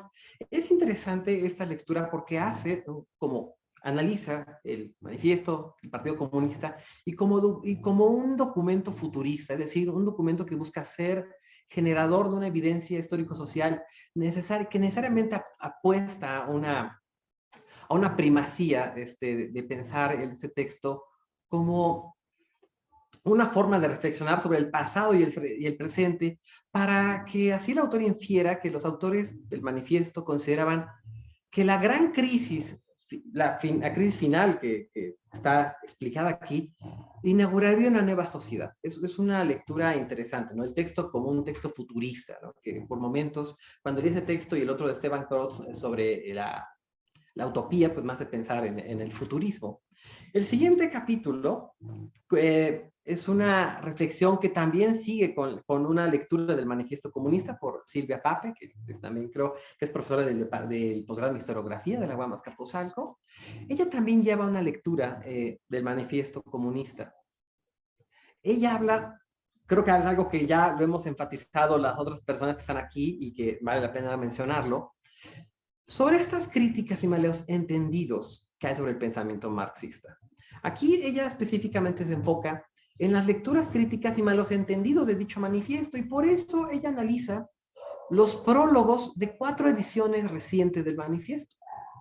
Estas ediciones que nos permiten pensar cuestiones específicas sobre cómo los autores conciben esta lectura que hacen del manifiesto. Por eso recurre a la lectura de autores como Eric Hobsbawm. Aquí está el texto, me parece un texto bastante interesante en la forma como retoma otras lecturas como la de Gareth Jones, Berman y Zizek, que bueno, la lectura de Zizek pues nunca me ha parecido de mi favorita, ¿no? Preferiría más la de Eric Hobsbawm o la de Marshall Berman, pero bueno, ella intenta dar cuenta de cómo la temporalidad juega un papel que bien puede entenderse como un eje rector al momento de hacer estas lecturas del prólogo del manifiesto comunista. Ella misma reconoce que se trata de un ensayo incompleto a la luz de las reflexiones que hay en torno al manifiesto del Partido Comunista, pero intenta ver cómo se lee esta reflexión sobre el manifiesto comunista y cómo traducirlo al presente. En ese sentido, me parecen muy interesantes las lecturas, el análisis que hace de estas diversas prólogos del manifiesto comunista, porque efectivamente yo a veces cuando leo un texto intento leer el prólogo, porque el prólogo a veces me permite entender el zeitgeist en el que se forma un pensamiento, o en este caso el pensamiento de estos autores acerca de el manifiesto del Partido Comunista. Entonces, en ese aspecto me parece muy interesante. En esta idea que rescato del trabajo de Olvera sobre el futurismo, después veo el texto de Esteban Crotz sobre el tema del pensamiento utópico, que bueno, ha sido parte también de esta cuestión que se da en el marxismo, ¿no? El tema de las utopías. ¿Qué papel tiene el tema de las utopías? No solamente en el marxismo, sino también en la teoría y la filosofía política, un tema interesante. Él intenta analizar el tema de la utopía en la primera obra de Ernst Bloch sobre el principio esperanza, y lo lee en una clave marxista, que eso me parece bastante interesante. Bueno, es parte del espíritu del tiempo de las reflexiones de Bloch, ¿no? Tanto de el principio esperanza como de otras obras que también tiene Bloch en ese momento. Efectivamente, coincido con Crotz en ese sentido, la función central de la utopía ha sido desde siempre el cuestionar el mundo existente. Es decir, como una forma de pensar ciertos parámetros de cara a las sociedades contemporáneas. Mediante la confrontación de sus aspectos negativos, como pueden ser las crisis de las sociedades contemporáneas, con una propuesta alternativa. En ese tenor, la primera gran obra de Bloch recupera dicha tradición utópica en el marco general del pensamiento marxista. Él hace un análisis de estas 2 obras famosas, ¿no? La de Moro y la de Campanella, como un análisis social, y luego muestra cómo esta idea de la utopía es defenestrada por el surgimiento de la ciencia social, que bueno, obviamente hace una crítica a estas reflexiones utópicas, en tanto las concibe como rémora de la especulación filosófica precientífica, que obviamente pues es la crítica de que no tiene ese rigor el pensamiento utópico. Esto le permite a Crotz escribir un apartado que me parece muy rescatable entre los polos en los que se considera que se mueve el marxismo, a saber, entre ciencia, entre ideología y entre utopía. Para dar cuenta finalmente de la comprensión de la utopía entre una utopía o distopía hegemónica y el pensamiento latinoamericano, que bueno, ahí me parece que menciona el pensamiento latinoamericano, pero es un poco de paso porque no desarrolla más lo que pudo haber estado ahí en el pensamiento latinoamericano. El siguiente trabajo está escrito por Stephanie Graf. El trabajo se titula Sutilezas metafísicas y reticencias teológicas sobre la teoría crítica del mito y sus prefiguraciones en Marx. En el trabajo, Graf pretende vincular el pensamiento de Marx con el de Walter Benjamin, lo cual le permite a la autora hacer una reflexión sobre el tema de la crítica al mito, el cual surge para explicar un mundo completamente ajeno y caótico. Y el intento también de comprender el capitalismo como un contexto de vida en el que se reactivan, se quiera o no, las mismas fuerzas míticas que el proyecto de la Ilustración intentó expurgar de todas maneras y que se encuentran ahí permanentemente, acosando al proyecto moderno, el problema del mito, ¿no? Aquí la autora busca reconstruir los puentes existentes entre el pensamiento de Marx y la teoría crítica del mito, retomando tanto a Benjamin como también a Adorno y Horkheimer. Y es un texto que me gusta, va a las fuentes, rastrea las fuentes sobre esos temas, y pues obviamente el tema del mito es un tema importante, sobre todo en su relación con la conciencia moderna, el yo autónomo, como lo llama la autora, ¿no? Como también intenta explicar el problema del mito con respecto a la primera generación de la Escuela de Frankfurt. Bueno, uno de los conceptos claves del pensamiento marxista, bueno, dos de los conceptos claves del pensamiento marxista y objeto de múltiples interpretaciones y malas interpretaciones en el campo de las ciencias sociales, sin duda, son los conceptos de ideología y también de enajenación. El concepto de ideología es utilizado, lo sabemos, de una forma en las ciencias sociales en general despectiva y en muchas ocasiones sin hacerse referencia directa al pensamiento de Marx. Están los grandes críticos que tildan a cualquier intento de reflexión crítica como mera ideología.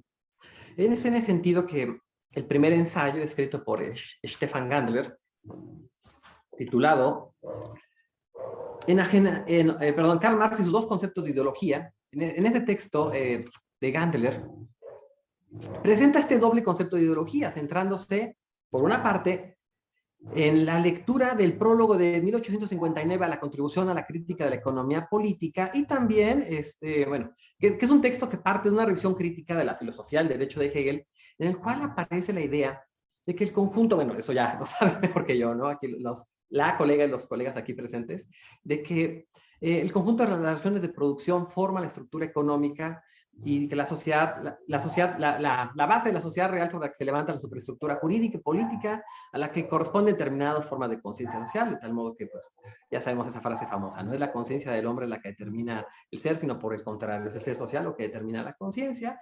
Es el otro texto explorado por Gandler, es el cuarto último apartado del capítulo primero del Capital, donde pues aquí hace un análisis también de los parágrafos donde se devela el carácter fetichista de la mercancía, y de esta manera hace una crítica al capital como una crítica de los fetiches, ¿no? El capital como una crítica de los fetiches. De ese aspecto me parece interesante el texto en el sentido de que aclara estas dos referencias al concepto de ideología. Efectivamente lo mencionaba Diana como el tema de falsa conciencia, y que pues, nos permite tener al menos una referencia, sobre todo para las personas que no están familiarizadas con la filosofía marxista, les permite entender esta parte. Y finalmente, al igual que el concepto de ideología, el concepto de enajenación es también objeto de muchas interpretaciones que a veces, y eso creo que y Diana lo dejó muy claro, equiparan al concepto de enajenación con el concepto de fetichismo. Es en este contexto que Diana sigue la traza argumental de Marx para dar cuenta de la relevancia del problema de la enajenación social como un rasgo fundamental del proceso de valorización del valor. Destaco en este ensayo de Diana que, contra las tesis que insisten en que el problema de la enajenación no tiene presencia en la complejidad conceptual y despliegue de la teoría del valor, trabajo en el capital. Aquí Diana no solo analiza la presencia de este problema, sino que analiza este concepto en su primera manifestación en los manuscritos económicos y su posterior aparición en el capital, que esta vez tiene ulteriores desarrollos que obviamente lo hacen un tema mucho más complejo y denso. Aquí también me parece bueno, hablando de que, como ya lo dijo Alfonso, Diana fue alumna de Echeverría, que rescate esa idea en torno a la confusión entre enajenación y fetichismo, que pues obviamente a veces muchas personas lo utilizan, marxólogos, lo utilizan como si fueran equivalentes, ¿no? Y recorre a muy buenas referencias bibliográficas como la de Robin, Kosick y Rodolsky. Y pues finalmente, pues el último texto es el de Gustavo, sobre el que Diana ya hizo algunos comentarios. Creo que efectivamente hace algunos años hablar sobre Marx hubiera sido un problema. Pero en este contexto de crisis, creo que estos dos tomos llegan en un momento social indicado y que junto con otro trabajo que salió recientemente también por la UAM Coajimalpa sobre el capital, Marx, actualidad y crítica, se puede decir que la UAM pues, ya tiene una trilogía de textos muy interesantes que pueden servir tanto a investigadores como también a personas que se acercan por primera vez al pensamiento de Marx. Como Alfonso lo sabe, estamos en la Facultad de Derecho, esto es un evento de la Facultad de Derecho, y en la Facultad de Derecho es frecuente escuchar muchas referencias al pensamiento de Marx. La mayoría de ellas me parecen un poco erróneas. Es por eso que también escribiste ensayo sobre Kelsen y Marx, porque Kelsen es un desconocido para muchas cuestiones del campo de la teoría y la filosofía política. Más bien la crítica de Kelsen fue retomada por Bobbio y Bobbio fue el que se hizo famoso por la crítica al marxismo, este famoso librito de Ni con Marx ni contra Marx, que es más contra Marx que con Marx, pero bueno, y aquí me parece que Bobbio, muchas de sus críticas y de sus referencias políticas siempre han sido influidas por el pensamiento de Kelsen, pero desgraciadamente el trabajo de Kelsen de este librito de Socialismo y Estado no se dio a conocer. Pero bueno, también en el contexto actual de la filosofía del derecho hay muchas reflexiones sobre el tema del marxismo. Precisamente ayer me llegó un libro de un profesor que está en Canadá sobre marxismo y filosofía del derecho, del profesor Barney Melkevic, sobre el caso de Pachucanis, que por cierto, Adolfo Sánchez Vázquez escribió el prólogo a la obra de Pachucanis, que creo que Alfonso tiene. Yo no tengo la primera versión de este librito editado por Grijalvo. Y que bueno, es importante comprender y estudiar muchos de los grandes problemas sobre los cuales el marxismo nos da las pautas para hacer una crítica, a diferencia de otros autores que, bueno, para intentar hacer una crítica a la modernidad recurren al relativismo posmoderno, muchas veces muy chafón, o también a la postura decolonial. Aquí lo que me gusta mucho del marxismo es una crítica inmanente a las categorías de la sociedad moderna. En eso reside la potencia del marxismo y que es importante que lo tengamos que retomar esa crítica para hacerle frente a los grandes problemas del presente. En ese sentido, reflexiones como las de Hegel, al que ya también hizo reflexión Jorge, y Marx, nos permiten pensar la crítica inmanente al orden social moderno, sobre todo en tiempos de crisis del liberalismo, ¿no? Hace 10 años, pues un evento así en Facebook sobre el marxismo no hubiera tenido tal vez el impacto que tendría ahora, ¿no? Donde pues obviamente el liberalismo daba cuenta de su propio triunfo y en este momento está siendo duramente cuestionado. Y en ese sentido, estos libros llegan en un buen momento, aunque obviamente con la pandemia, como ya lo decía Diana, es destacable recordar que el esfuerzo que han hecho tanto Gustavo como Jorge y Sergio de sacar estos dos tomos es valioso, así como también a las personas de la UAM que trabajaron en la elaboración final de esto. Y bueno, pues para no extenderme mucho, estimado Alfonso, eso sería de todo por mi participación. Muchas gracias. No, muchas gracias, Alejandro. Bueno, yo creo que hay algunas preguntas, pero me sentiría muy mal, ¿no? Si no le diera la palabra al doctor Gustavo Leiva, ¿no? Una persona que yo reconozco y admiro mucho, ya lo sabe él.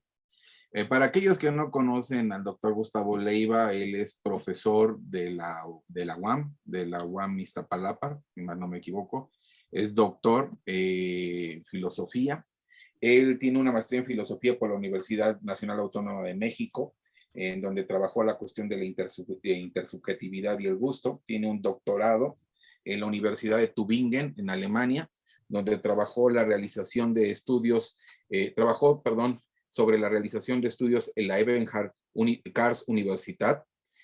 Su trabajo fue propiamente sobre el sentido común, ¿no? Bueno, versó sobre el sentido común. Él ha hecho estancias de investigación y ha colaborado con grandes miembros de la escuela crítica, ¿no? Alguna vez platicamos inclusive sobre el discípulo de Habermas, y sin duda alguna es uno de los parámetros para hablar de los estudios críticos hoy en México, ¿no? Reconocido a nivel internacional y nacional. Entonces yo quisiera cederte la palabra, Gustavo. Yo sé que no estaba programado, pero me sentiría sumamente mal si no dieras algunas palabras sobre el libro. Bueno, sí, yo no he preparado nada, simplemente estaba aquí escuchando y agradeciendo a Sergio, los menciono en el orden de aparición, a Sergio, a Jorge, a Diana y a Alejandro, pues por sus palabras, ¿no? Sobre este libro, sobre las contribuciones de este libro. Este libro yo creo que tiene que ser considerado, pues claro, los editores somos tres, Sergio, Jorge y yo, pero en realidad el logro es un logro colectivo y todos los que participaron, autores y autoras, tanto en el primero como en el segundo volumen, me parece que ellos también tienen que llevarse las felicitaciones por esta obra. Y sí, bueno, como ya lo han dicho, pues en este libro una vez más lo que se muestra es la innegable actualidad de la obra del pensamiento de Marx, ¿no? Inicialmente el libro fue planteado como en el marco de los 200 años del nacimiento de Karl Marx, cuya actualidad me parece que, bueno, no hay más que pensar en lo que ha sido las terribles crisis económicas que ha vivido el capitalismo en los últimos 10, 20 años, la de 2008, la que se vive actualmente a raíz de esta pandemia. No hay que pensar en las terribles desigualdades que caracterizan al mundo contemporáneo, tanto a nivel al interior de cada estado-nación como en el ámbito internacional. No hay que pensar sino en el deterioro ecológico, en la destrucción de la naturaleza, en esto que se llama el cambio climático, que a veces se localiza en el ámbito de una suerte de nueva época, la que se llama antropoceno, etcétera.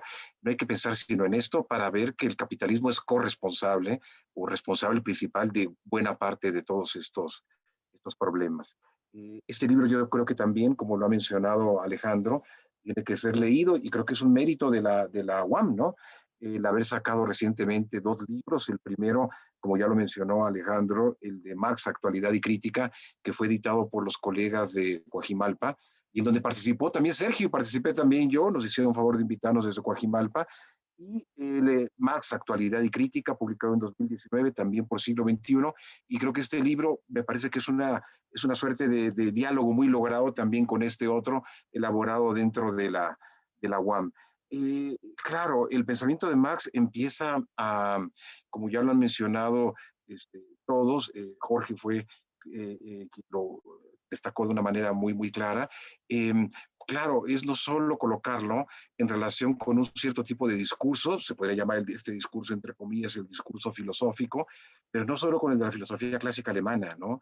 Digamos, hacia atrás, sino también con toda esta tradición del pensamiento político que arranca por lo menos desde Rousseau, y hay toda una discusión y una crítica, pues con todo este pensamiento de la ilustración escocesa, entiéndase aquí Adam Smith, entiéndase la manera en que Marx retomó y criticó la teoría del valor trabajo de David Ricardo, etcétera.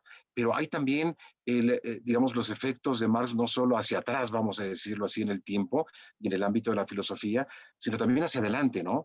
Porque el marxismo ha sido o ha entrado en un diálogo creo que muy productivo, tanto con la teoría crítica como con la fenomenología, como con el llamado estructuralismo, o si se quiere, con el postestructuralismo.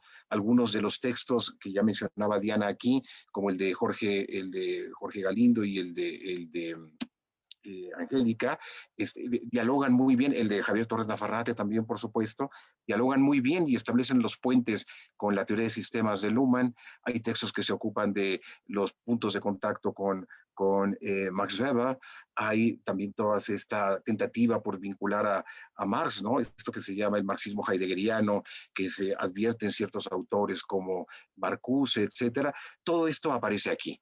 aparece también el diálogo, pues no solo y la crítica, no solo con la teoría, con la filosofía, sino también con experiencias y luchas políticas, ¿no? Es una comprensión, se diría, demasiado positivista del marxismo, localizarlo solo en el ámbito de un evento, digamos, en el ámbito de la teoría, en el plano de la teoría o en el plano estrictamente filosófico, no, se inserta también en determinadas luchas, en determinadas contradicciones, en determinadas experiencias políticas. Piénsese, por ejemplo, en la Revolución del 48 en Francia, piénsese, por ejemplo, en la experiencia de la Comuna de París, etcétera, ¿no? Y sus desdoblamientos, pues ya han hablado demasiado, ¿no? Los podemos encontrar no solo en Europa, los podemos encontrar, como ya lo recordaba muy bien Diana, en el artículo de Paula Arocci sobre la recepción de Marx en África, por no hablar, por supuesto, de la recepción que tuvo en Europa Occidental, en Italia había desde Gramsci hasta Negri, en Francia había desde Althusser, Gaudí, hasta de Foucault, Derrida, en fin, en la teoría crítica, en ámbitos que a primera vista parecerán tan distantes como el de la geografía y el urbanismo. Piense, por ejemplo, en las cosas de David Harvey, etcétera. Y, por supuesto, una de las, yo diría, de las maneras en que se expresa la actualidad y el vigor y la capacidad de provocar respuestas y suscitar preguntas del pensamiento de Marx, pues es en la manera en que se ha reinsertado, creo que de manera muy lograda, en estas nuevas discusiones que a veces se subsumen bajo el rubro genérico de la interseccionalidad, ¿no? Pienso, por ejemplo, estoy viendo aquí el libro, Alfonso, perdón que sea tan curioso, Critical Race Theory, ¿no? Que la teoría crítica de la raza, pues estaba pensando, por ejemplo, en el libro de Cedric Robinson, el de Black Marxism, ¿no? Que ha sido recientemente traducido al español, el marxismo negro, para ver de qué manera se puede insertar esta dimensión etnorracial, el problema de la esclavitud, el problema del Atlántico como un lugar de tránsito de esclavos, el papel que jugó la mano de obra africana en todo el desarrollo del capitalismo, en fin. Y aquí hay una vía muy interesante para poder insertar el marxismo en estas discusiones que tienen lugar con esto que tú tienes ahí, ¿no? La teoría crítica de la raza. Y, por supuesto, y también con estos debates tan intensos y tan significativos para nosotros, tan actuales en un país como México, que son los que se subsumen a veces bajo la categoría o bajo el rubro genérico del feminismo. Pienso en este libro muy celebrado de Silvia Federici, el de Caliban and the Witch, ¿no?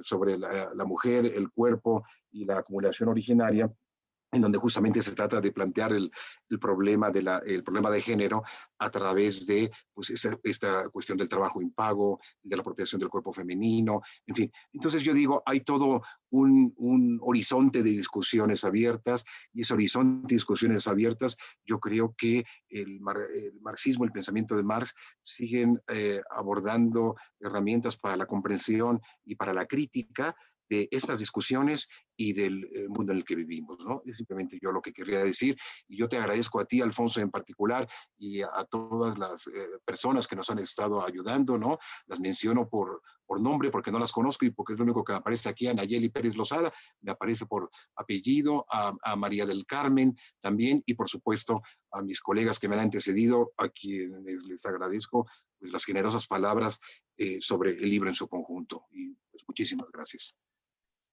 Muchas gracias, Gustavo. Miren, pues hay varias preguntas, nos quedan aproximadamente como unos 20 minutos. Yo las buscaré resumir, ¿no? Para que las pudiéramos abarcar todas. Doctor Pérez, Sergio Pérez, le pregunta Sergio Gutiérrez, si usted considera que Marx erró en concebir al derecho desde la postura de la lucha de clases y el materialismo histórico. No tiene el micrófono prendido.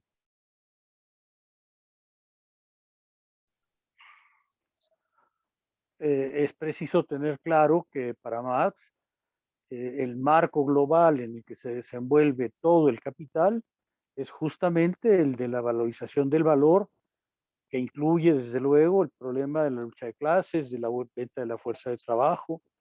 Es decir, si uno adopta un marco global de análisis, pues fenómenos como el derecho o el Estado mismo deben caer en ese marco, deben ser desplegados en el horizonte de ese marco. Una de las características del pensamiento de Marx es justamente su carácter no quisiera usar la palabra totalizador porque se suele entender mal, pero sí su carácter global. Es decir, la cuestión es que hay un único proceso, hay un único movimiento global, que es el movimiento que Marx llama el valor, el desenvolvimiento del valor, y que es la perspectiva analítica que él adopta.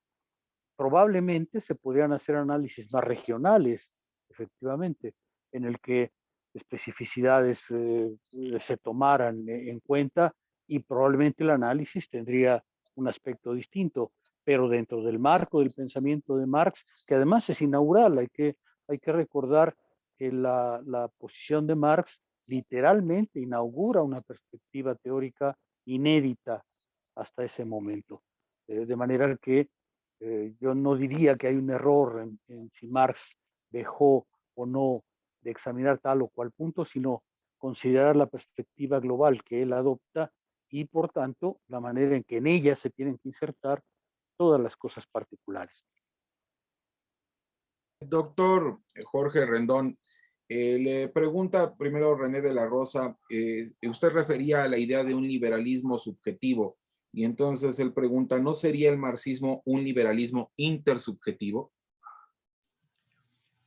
Bueno, en realidad yo a lo que me refería es que en el caso del liberalismo, digamos, imputa al ser humano una condición natural, digamos, no, digamos, abstracta, ¿no? Es decir, para el liberalismo, pues como todos ustedes saben muy bien, el ser humano es ya de por sí como sujeto depositario de ciertos derechos innatos e inalienables, ¿no? Es decir, yo creo que es justamente esto lo que se pone en cuestión en el siglo XVIII, en particular con Rousseau. Es decir, el que existiese una especie de naturaleza humana ya dada, ¿no? Por el contrario, la condición humana para Rousseau es un asunto que en realidad solo se resuelve en el terreno práctico de la sociedad y de la historia. Y yo creo que esta reflexión es fundamental, digamos, como antecedente a propósito de la reflexión crítica de la modernidad, y que desde luego Rousseau en ese sentido es un punto de partida, pero luego la obra de Hegel y desde luego la obra de Marx, digamos, muestran la significación de este enfoque, y el alcance. Un enfoque justamente que pone en cuestión el problema de una subjetividad dada en el ser humano, puesto que lo que se subraya al respecto es que, el carácter irresuelto de esta subjetividad, que en realidad solo se configura de manera objetiva en el ámbito de la sociedad y de la historia. Eso es lo que yo diría al respecto. Y perdonen, por favor, pero yo quisiera agregar a la triada que mencionó el doctor Alejandro, el libro de Sergio. Es decir, Sergio también tiene un libro sobre Marx que a mí me parece, digamos, que hay que mencionar en relación a los que ya se mencionaron. Perdón por esta acotación, esta última, ¿no? Asimismo, doctor, le pregunta a Sergio Gutiérrez Hernández, ¿cuál sería la vigencia del pensamiento de Marx en el sistema económico neoliberal? Bueno, yo creo es decir, que yo, tal y como yo le entiendo, la obra de Marx no solamente, digamos, supone un cuestionamiento, como yo dije, radical del orden económico liberal, sino de la sociedad moderna en su conjunto. Sí, yo creo que lo que se plantea Marx a propósito de esta concepción práctica de la libertad y de la emancipación humana, en realidad es una refundación del orden social, ¿no? De un orden que no contravenga y no violente esta condición realmente puramente originaria del ser humano como sujeto consciente. Es decir, básicamente lo vería en esos términos, ¿no? Muchas gracias.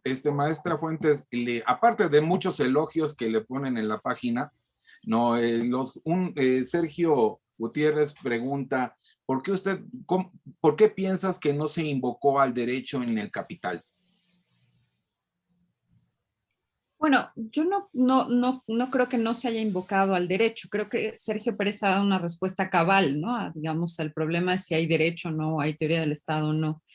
en Marx, y creo que la respuesta está en eso, en que hay que verla en su conjunto, pero digamos, es que El Capital es una obra que, como Marx mismo señala, tiene como objeto, digamos, mostrar, resolver de algún modo en el terreno teórico, en el terreno discursivo, cómo funciona el capitalismo. Marx pensaba que el capital era una herramienta para la clase obrera, digamos, para que se comprendiera a cabalidad cuáles eran, pues, las entrañas, digamos, los mecanismos ocultos de la sociedad capitalista, a modo de que racionalmente se pudiera comprender la viabilidad de su transformación, de su superación en sentido estricto. Es decir, que aquella expresión es de Frederick Jameson, ¿no? Aquello de que hoy podemos imaginar más sencillamente la destrucción de la humanidad que la destrucción del capitalismo, ¿no? Si no, corríjanme. ¿Y por qué? Porque en realidad pareciera que hay una ausencia de una racionalidad crítica que nos diga el capitalismo funciona así y en tanto este funcionamiento es viable su superación y transformar la sociedad y articularla de otra manera. Entonces, en ese contexto, yo creo que la presencia del derecho está, digamos, pero como una crítica a sus presupuestos elementales, un poco lo que decía Jorge de alguna manera, ¿no?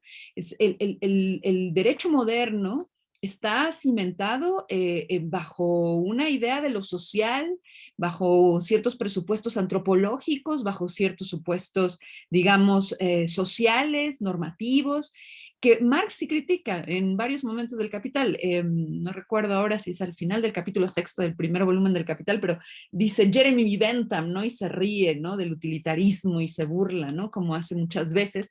Dice, bravo el liberalismo, ¿no? Y lo hace en el contexto de la crítica, en la que dice, la sociedad capitalista y su derecho, ¿no? Nos dicen que finalmente son garantes, por ejemplo, de que los sujetos nos constituyamos en ciudadanos en condiciones de igualdad jurídica, ¿no? Y entonces dice, bueno, pero esto es meramente formal, porque en términos fácticos, en realidad, lo que se vive es una profunda desigualdad. Entonces, en términos abstractos, formales, pues sí, todos somos iguales ante la ley, pero en términos fácticos, efectivos, se viven una serie de contradicciones cuyo fundamento son las relaciones sociales capitalistas.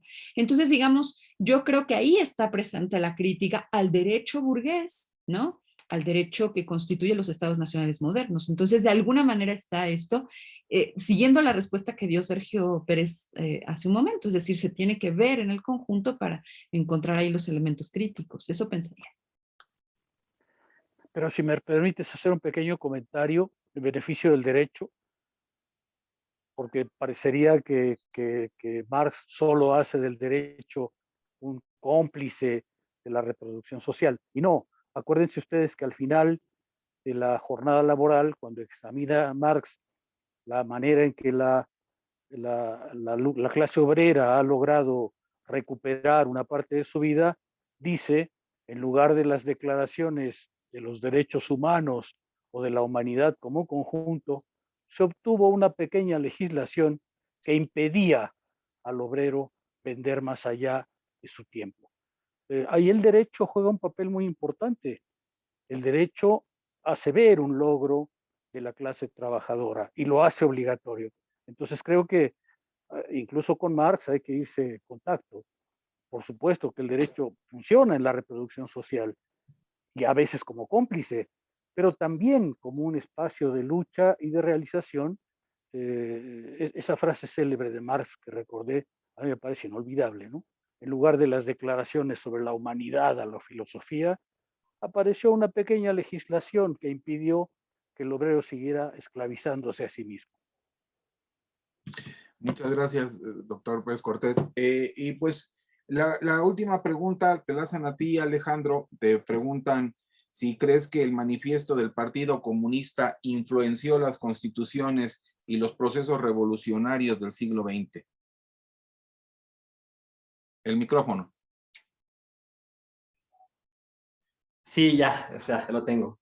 Ok, antes que otra cosa, efectivamente Jorge hizo referencia al libro de Sergio, pues es el libro de Sergio, que se le ha dado a mis alumnos en el pasado. Y la segunda pausa comercial, Alfonso, es que ahorita que tienes a Diana, vas a tener que entrevistarla sobre su nuevo libro sobre Gramsci, ¿no? Vas a tener que ya ponerse de acuerdo ustedes al final para que también aquí lo presenten en la Facultad de Derecho.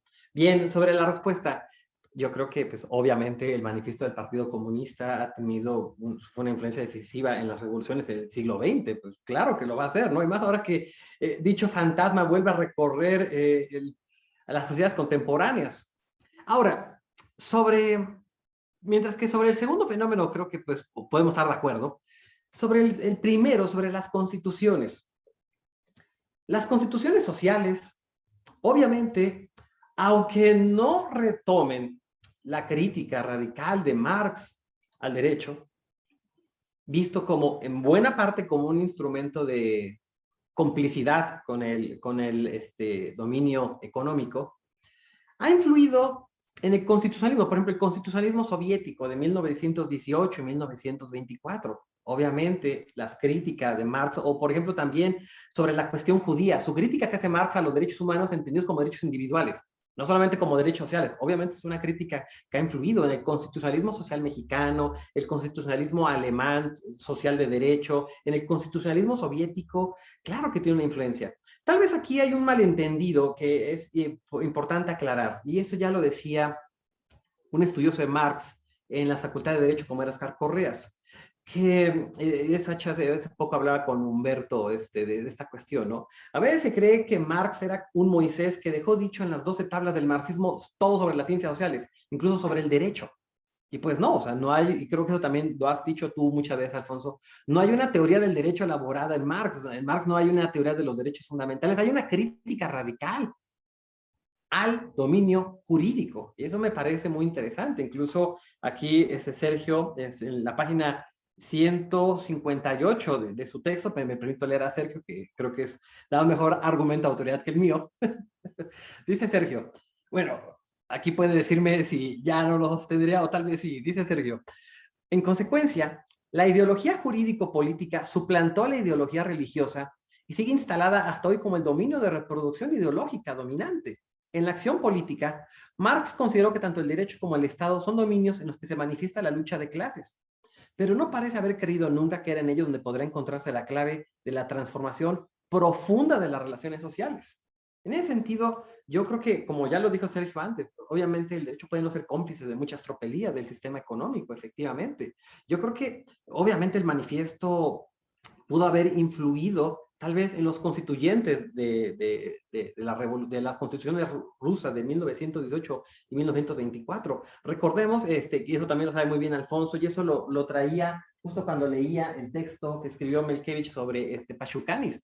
Cuando Pashukanis hace una crítica sobre la existencia del Estado del Derecho en el estalinismo, por eso Stalin lo mandó matar a las purgas a Pashukanis, porque el pensamiento de Pashukanis era tan radical respecto al Estado y el derecho que pues no le convino a Stalin, ¿no? Y al otro ideólogo a Vyshinsky, que era el otro jurista que se opuso a Pashukanis. Pashukanis era un tipo muy brillante, pero efectivamente su crítica radical al mismo Estado fue lo que lo llevó a que se fuera asesinado en las purgas. Entonces, en ese sentido, yo creo que sí hay una influencia, aunque era indirecta, y tenemos que ser cautelosos al momento de atribuirle a Marx que dejó las 12 tablas sobre el derecho, como sí lo hizo en muchas cuestiones de las ciencias sociales. Pues no sé si alguno de ustedes ya quisiera decir algo para cerrar el evento. ¿No hay comentarios que quieran hacer? Yo quisiera agregar algo, Alfonso, porque una vez que se anunció este evento, se mencionó la ausencia de algunas personas muy importantes en México en torno al marxismo, en particular la presencia de Enrique Dussel. Se sorprendían por la ausencia de Dussel en el libro. Hay que subrayar para beneficio de todos que Enrique sí participó en el coloquio. Lamentablemente la participación que tuvo iba a ser publicada en un libro particular en Argentina y por tanto no se encuentra su contribución directa aquí. Sin embargo, se encuentra la contribución de uno de sus alumnos muy cercanos. Lo decimos porque no nos gustaría que después del esfuerzo que se ha hecho se piense que hay alguna clase de exclusión o de marginación. No es el caso, así no jugamos nosotros y espero que lo reconozcan. ¿Alguno más desea comentar algo? Bueno, pues no me queda más entonces que agradecerles al doctor Sergio Pérez, no al doctor Jorge Rendón, a la maestra Diana Fuentes, a Alejandro Tobar, al doctor Gustavo Leiva, el hecho de que hubieran querido participar aquí.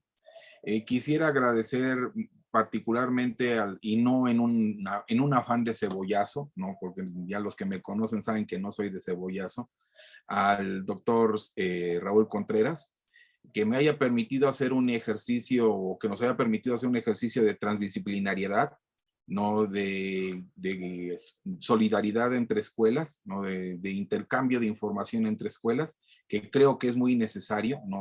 No todas las verdades vienen nada más de la UNAM. Creo que hay muchas instituciones dentro de la República Mexicana que están haciendo un trabajo muy importante y que no tiene ese espacio. Le agradezco al doctor Contreras que me hubiera permitido esto, al maestro Ricardo Rojas, secretario general de la Facultad de Derecho, también le agradezco mucho que nos diera todas las atenciones, así como al maestro Israel Sandoval. Y particularmente, pues también quisiera agradecer a Mari Carmen, a Alberto Pacheco, a Nayeli Pérez, que son becarios, ¿no? Que están trabajando en el área de difusión de la facultad, que nos hubieran prestado su atención, que nos hubieran ayudado. A la maestra Lorena Redondo, ¿no? Gracias Lorena por toda la atención.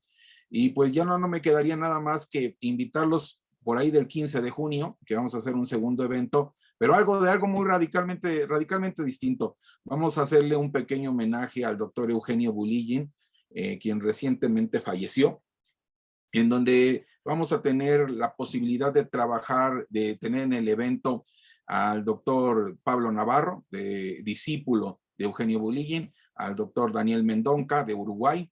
Va a venir también el doctor Raimundo Morado, ¿no? Uno de los expertos en lógica, y la doctora María Inés Pasos, también de la UAM. Entonces, promete estar muy interesante, así como el doctor Carlos Rodríguez Manzanera, que es mi vecino de cubículo en la facultad, y evidentemente un querido profesor mío.